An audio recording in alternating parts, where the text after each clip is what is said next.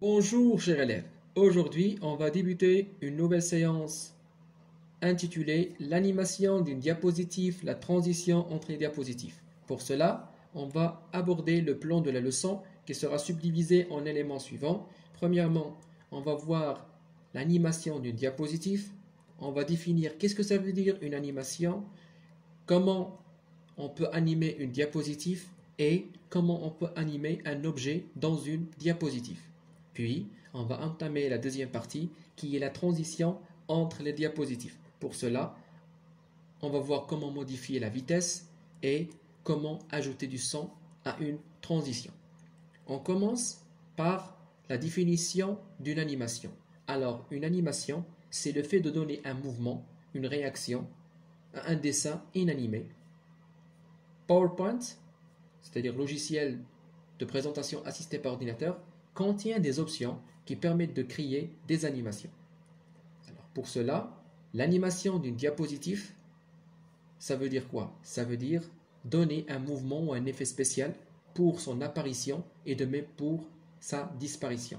Alors pour animer une diapositive dans PowerPoint généralement et dans PowerPoint 2019 précisément, on doit premièrement cliquer sur l'onglet animation, puis on va cliquer sur le groupe animation et après on va choisir l'animation souhaitée. Nous avons plusieurs types d'animations. On trouve les animations d'effet d'entrée, les animations d'effet de début, les animations d'emphase, les animations de fin, les trajectoires, etc. On peut ajouter des options même à l'effet en cliquant tout simplement sur la commande option de l'effet. Maintenant, on passe à l'animation d'un objet dans une diapositive. On peut animer les différents objets qui figurent dans vos diapositives, tels que les boîtes de texte, des images, etc. Pour afficher le menu contextuel permettant de sélectionner les options d'animation, on doit cliquer tout simplement sur Animation personnalisée. Alors, les options d'animation s'affichent dans une fenêtre à droite de l'écran, comme ceci. Voilà, je dois cliquer ici sur Animation personnalisée et voilà les options d'animation qui s'ajoutent directement. Maintenant, on passe aux étapes à suivre pour ajouter une animation à un objet. Premièrement, on doit cliquer sur onglet Animation, puis on va choisir Animation personnalisée, puis on va cliquer sur l'objet pour le sélectionner. On clique sur la flèche qui pointe vers le bas pour ajouter un effet, puis on va sélectionner l'effet d'Isérer, comme vous voyez ici, soit un effet d'ouverture, d'emphase, de fermeture, trajectoire, etc. Alors, il faut savoir une chose très importante, c'est que plusieurs paramètres peuvent s'appliquer à votre animation. Pour les explorer, là, on doit cliquer sur les différentes flèches pointant vers le bas. Ils font apparaître les différentes options, comme ceci, voilà.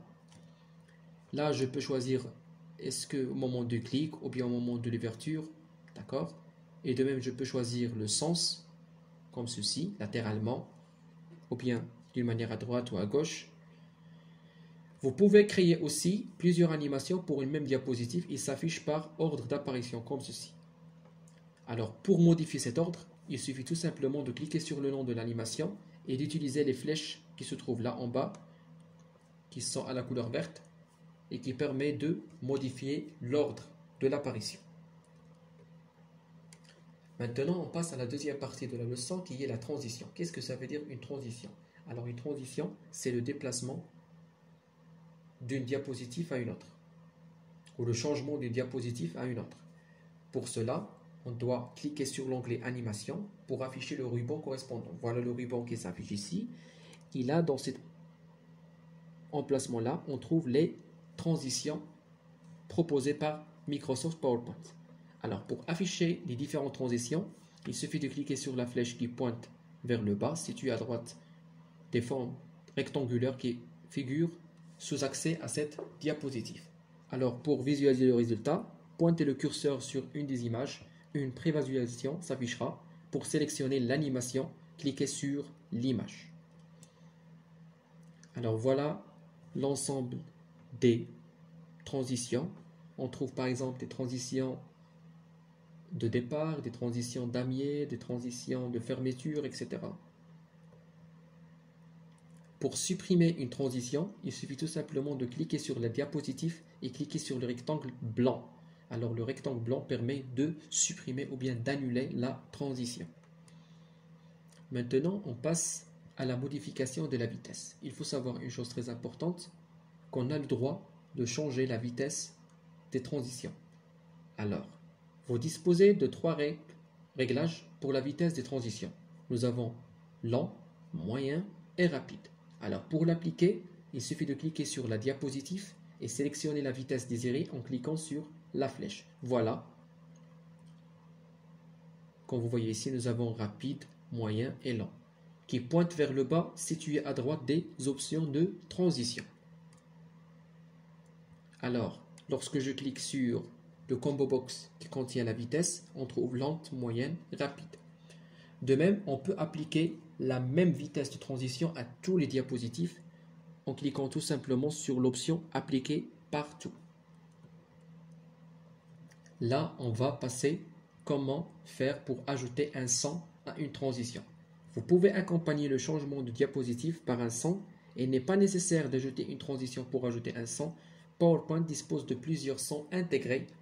Vous pouvez également insérer un son à partir d'un fichier. C'est-à-dire nous avons deux choix. Soit on utilise les sons proposés par Microsoft PowerPoint ou bien on peut insérer un son propre à nous à partir d'un fichier.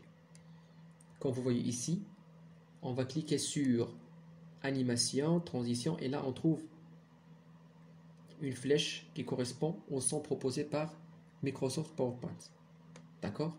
Si vous voulez par exemple ajouter un son de votre choix, on clique sur autre son.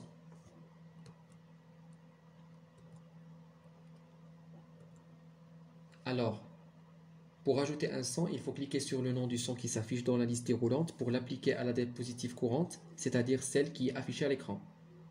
Notez qu'à la fin de la liste, vous avez la possibilité d'intégrer un son à partir d'un fichier en sélectionnant le choix autre son. Alors maintenant, on passe, chers élèves, à la partie pratique de la leçon. Pour cela, j'ai créé une nouvelle diapositive. Alors là, je vais essayer d'appliquer une transition entre deux diapositives par exemple. Alors là, je vais mettre comme ceci, bouton droit, et je vais cliquer sur dupliquer la diapositive. Alors je vais mettre par exemple ici lien 1 et là je vais mettre par exemple lien 2. Là je vais supprimer cette zone là et là je vais supprimer cette zone là. Alors pour appliquer une transition, il suffit tout simplement de cliquer sur transition qui se trouve ici ou bien sur animation dans le cas des autres versions PowerPoint. Pour cela, je vais cliquer sur la flèche qui se trouve en bas et là, j'ai une multitude de transitions et je peux choisir n'importe quelle transition souhaitée. Alors pour moi, je vais choisir par exemple origami. Voilà. Si j'active le mode diaporama, voilà, il s'effectue sous forme d'un origami. D'accord? Si je veux changer, il suffit tout simplement de cliquer sur une diapositive et là je vais choisir par exemple paillettes. Lorsque je vais activer le mode diaporama, voilà, j'ai pu activer l'option paillettes. D'accord. Maintenant, si je veux appliquer un son à la transition, pour cela je dois cliquer sur son ici et je vais choisir un son, n'importe quel son, par exemple explosion. Et là, je vais choisir un autre son, par exemple marteau. Je vais exécuter ceci. Voilà. Voilà l'explosion. Voilà le son du marteau. D'accord? Je peux choisir soit de visualiser d'une manière manuelle à l'aide de clics ou bien à l'aide automatique en utilisant simplement la minuterie ici. D'accord? Alors, si je veux appliquer la même transition à l'ensemble des diapositives, je vais cliquer sur appliquer partout. Alors maintenant, on passe à l'animation. Alors, pour appliquer une animation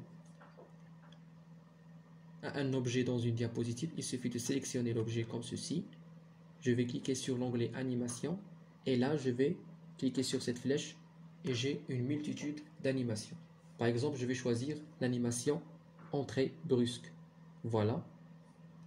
Lorsque je active le mode diaporama, comme ceci, je vais cliquer avec la souris. Voilà, une entrée brusque du lien numéro 1. D'accord? Je peux même changer l'effet de l'option en cliquant sur cette flèche-là. Et là, je vais déterminer soit à partir du coin inférieur, soit à partir de la gauche, du haut. Je vais prendre par exemple à partir du coin inférieur. Voilà. Vous voyez, le lien s'affiche à partir du coin inférieur. De même, je peux déterminer la durée de l'animation, le délai, et de même le type de démarrage, soit au clic, soit avec la précédente, soit après la précédente. D'accord? Voilà le volet d'animation pour modifier l'ordre des animations, comme nous avons déjà vu, ainsi que je peux modifier même la durée ici. Voilà, c'est tout pour cette séance. Merci infiniment pour votre attention et à très bientôt.